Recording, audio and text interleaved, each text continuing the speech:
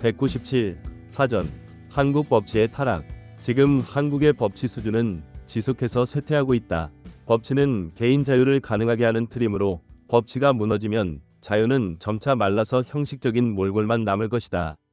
법치가 무엇인가를 말할 때 가장 먼저 언급해야 하는 것은 준법과 법치는 전혀 다르다는 것이다. 준법은 법치 즉 법에 의한 지배가 되려면 필요 조건이긴 하지만 충분 조건은 될 수 없다.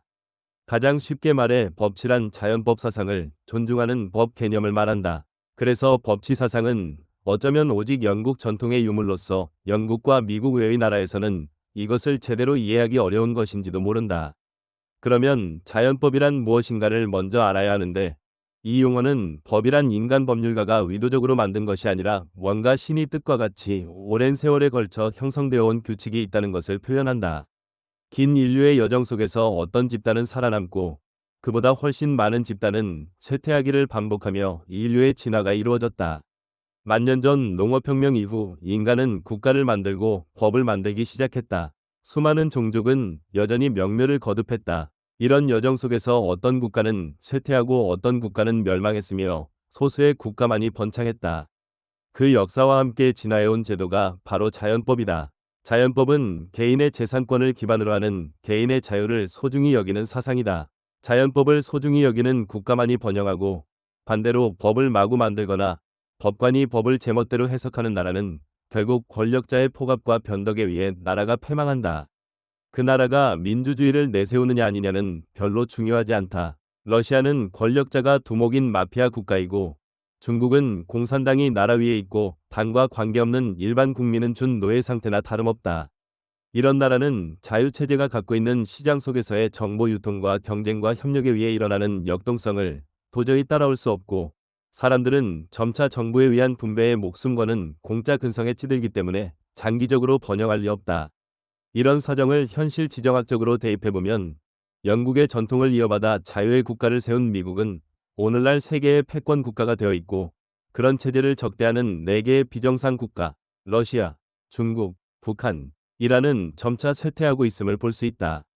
세상 사람이 자식을 큰 물에서 멋지게 살기를 원한다며 미국으로 보낸다. 오늘날 자식을 낳아서 중국이나 러시아로 유학을 보내려는 사람이 과연 있을지나 모르겠다. 실제로는 이런 것이 팩트지만 한국은 중국과 지리적으로 가까워서인지 친중 쪽에 서려는 사람이 많은 것도 현실이다. 이번 대통령의 계엄과 뒤이은 탄핵 사태에서 이 점이 분명히 드러났다. 거대 야당의 탄핵문서 원본에서 대통령은 북한, 중국, 러시아를 쓸데없이 적대시하여 우리 국민의 안전과 생명을 위협하고 있다. 라며 정부가 미국, 일본 편에 선 것을 걸고 넘어갔다. 자유체제의 한국이 자유체제 우방국과 공조하는 것은 당연하고 더욱이 동맹국인 미국과 공조하는 것은 법적으로 당연한 것이다. 거대 야당은 이 탄핵 문서로 자기들이 친중 쪽임을 은연중에 드러냈다가 2차 탄핵 문서에서는 이 말을 뺐다.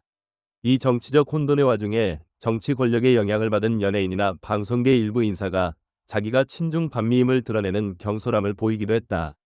어느 한국에 살던 미국인 유튜버는 이런 연예인의 행보를 미 CIA에 제보하여 미 입국을 못하게 만들겠다는 방송을 내보내는데 그 후 반미 행보를 보이던 연예계 인사들이 화들짝 놀라는 분위기가 엿보인다.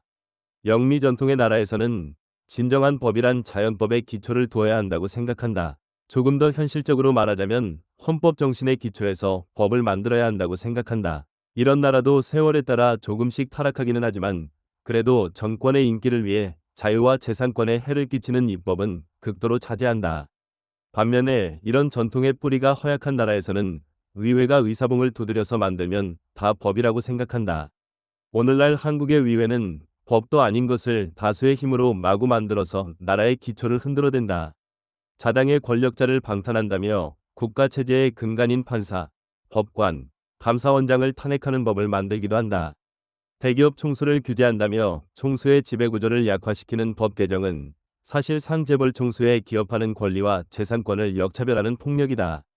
조선일보에 따르면 4년 평균 영국 572건, 독일 847건, 일본 947건에 비해 한국의 21대 국회에서 위원 입법 발의 건수는 23,649건이다.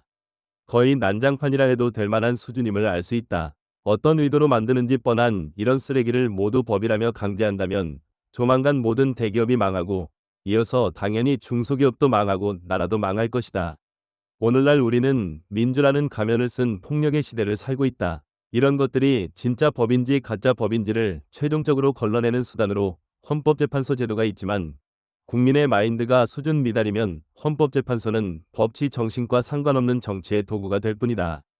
어느 편 말을 잘 듣는 법관을 헌법재판관으로 세울 것인가에 의해 나라의 운명이 결정되는 나라가 법치 국가일 수는 없다.